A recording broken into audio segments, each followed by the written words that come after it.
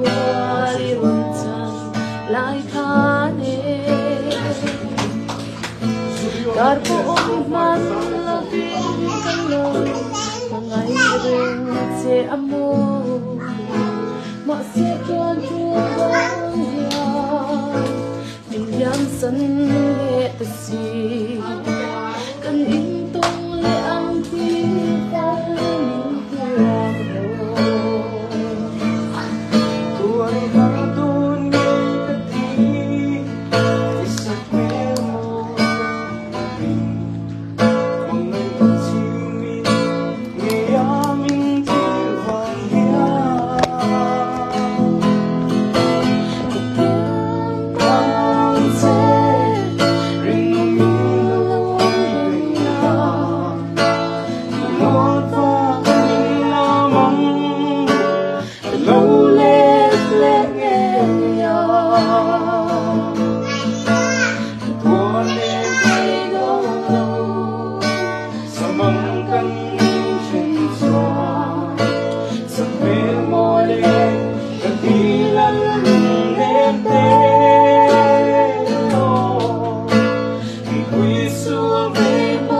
on the air.